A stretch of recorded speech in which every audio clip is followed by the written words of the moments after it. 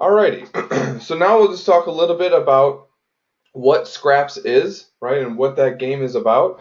This is the first integrated learning activity, the ILA, is to read through the creative vision and to complete the discussion, right? That will give you a good idea of what Scraps is all about. So definitely make sure you read through that. But we can spend a little bit of time talking about what it is, right? And before we get into the details about Scraps and go over those core mechanics and those major mechanics, let's first talk about the difference between a mechanic and gameplay, right? What is the difference between an actual mechanic and then the gameplay that takes place throughout the game, all right?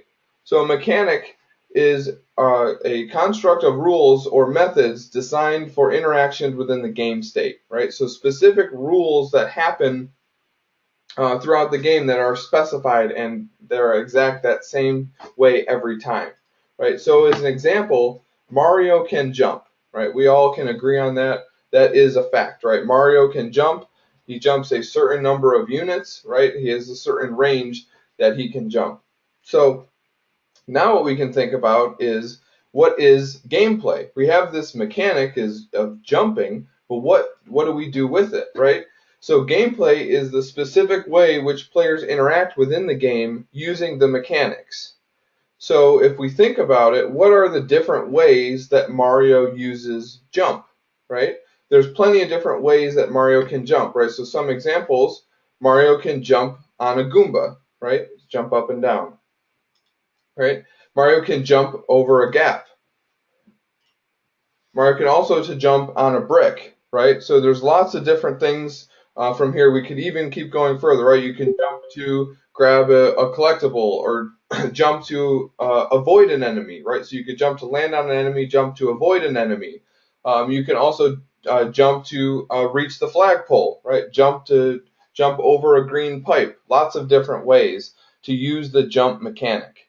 Each one of those little instances, right, where we're saying Mario jumps on a Goomba, or Mario jumps to avoid a Goomba, Mario jumps to break a brick, right? Each one of those sentences, we're going to call that a setup, right? Just a small individual instance of gameplay, a small little chunk that takes place, right?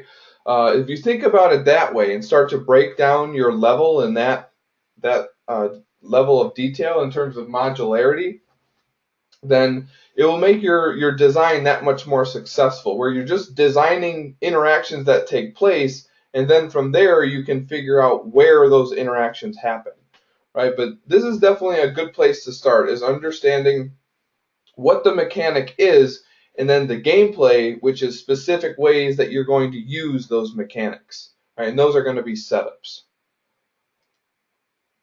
All right, so Scraps. Scraps is a third-person action exploration game, right? So you'll read through the creative vision and you'll get a good idea of what it's about, but you'll also notice that there's areas of it that it's vague, right? So the creative vision is vague for a reason, because we want to allow you guys, the designers, to have potential or to have a lot of space to make those choices, right? So one obvious thing is you'll notice we don't tell you what caused the apocalypse. We leave that open to interpretation, open to the creative mind to come up with something that had caused this big catastrophic event, or what that event actually was. Also, like, it's set into the not so distant future, right? So it gives you a sense of time, but it's still open for interpretation. As well as the mechanics and the things that you choose. There's a lot of room for design space, but still things you have to avoid and stay away from, right? So basically, overall, what happens in this game, right, is scrappers are going to receive missions from the bastions to complete, right? Some type of mission or some type of objective that the scrapper needs to do, right? They get sent out into the wastes, out into this desolate area to accomplish some goal, right? So they're sent on a mission to retrieve a valuable item, right, from the wasteland. What that item is up to you to decide. You can also send them on some type of objective or some type of plan to, do something or accomplish a goal while out in the wastes, right? So think about it that way. right? So what the player finds and then how they find it is up to you, right? What they're going to be doing and what they're doing inside this environment is definitely up to you. So think about, right, the exploration games. If you haven't played any of these types of games, if you're only one that, you just like to play shooters, you just like to play MOBAs, try and do some research. And if you can't get your hands on the games, definitely check out any YouTube or Let's Play videos on different types of games, to where try and find games where there's no enemies, or it's very puzzle focused and much less about combat. That is the type of interactions and the puzzles and the overall gameplay you want to shoot for with scraps, not so much about killing and enemies and things like that, right? So if you've seen either of these two references, right, on the left we have MacGyver, on the right we have Rambo. Think MacGyver rather than Rambo, right? Rather than run and gun and mow everything down. Think MacGyver and think strategy and ways to use your environment and use your surroundings to solve puzzles and accomplish different goals, right? So there's the little image down there where Rambo's got the knife, right? That's what Rambo used. MacGyver will use a paper clip, right, and can accomplish the same goals. So think about that level in types to trying to accomplish creative goals and interesting puzzles.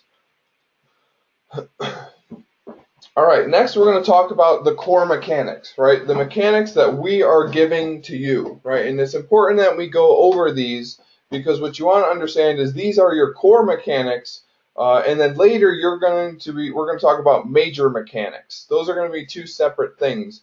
Core mechanics are provided to you. Major mechanics are things you're going to create yourself, or design and create yourself. So let's just quickly go over what the core mechanics are. All right, so first is the grab null, right? So if you played any game, game like Half-Life, the ability to pick up and carry physics objects, right? So any object in Unity that has a rigid body component, you can set it up to be able to be picked up and manipulated with the grab null, as well as thrown, right? So pick up with the left click of the mouse, right click for throw. Right, and everything that we go over, I definitely highly recommend everybody playing around and testing out the character. You obviously will get that once we get your Perforce login set up, but you'll be able to get a feel for what our character is like and how the grab null works, and that definitely will aid in your design. All right. Next is movement. It may sound simple, but I'm just going to go over it. So, moving with the keys, jumping and crouching, that is given to you, right? So you can't use jumping as your own major mechanic, right? It's going to be slightly more advanced than that, and a little bit more complex than just moving. But these are things that you can create some setups for within your level, right? But these are the mechanics we're going over. So jumping, crouching, and overall just moving. Right? The character can't double jump. He can't wall run or anything out of the box like that. He can't swim. But that is what he can do: is jump, crouch, and move. All right.